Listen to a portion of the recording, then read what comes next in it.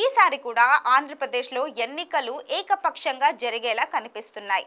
YCP గెలుపు polling కంటే ముందుగానే తేలిపోయింది.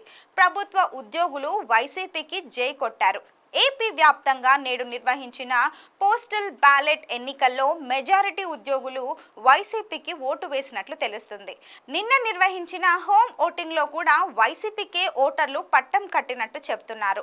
ఆంధ్రప్రదేశ్ సాధారణ ఎన్నికలకు సంబంధించి పోస్టల్ బ్యాలెట్ ప్రక్రియ శనివారం ప్రారంభం కాగా అధిక శాతం ఓట్లు జగన్మోహన్ రెడ్డి సారథ్యం వహిస్తున్న వైఎస్ఆర్ కాంగ్రెస్ వైపు పోతున్నట్టు తెలుస్తుంది.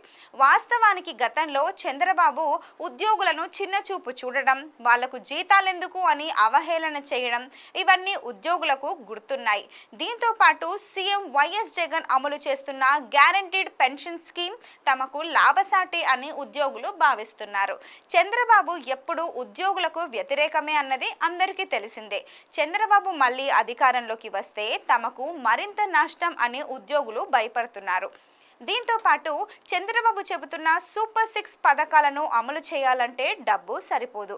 రాష్ట్ర బడ్జెట్ మొత్తం ఇచ్చినా ఓ మూలకు రాదు. అలాంటప్పుడు చంద్రబాబు గెలిస్తే నిధులన్నీ ఆ పథకాలకు మళ్లించి తమకు అసలు జీతాలు కూడా రావని భయపడిన ఉద్యోగులు జగన్మోహన్ రెడ్డికి ఓటేయడానికి సిద్ధమయ్యారు. ఇది పోస్టల్ బ్యాలెట్లో స్పష్టంగా తేలిపోయింది. ఇప్పటికే భారీగా ఓట్లు ఫ్యాన్ గుర్తుకే పోలైనట్లు తెలుస్తుంది.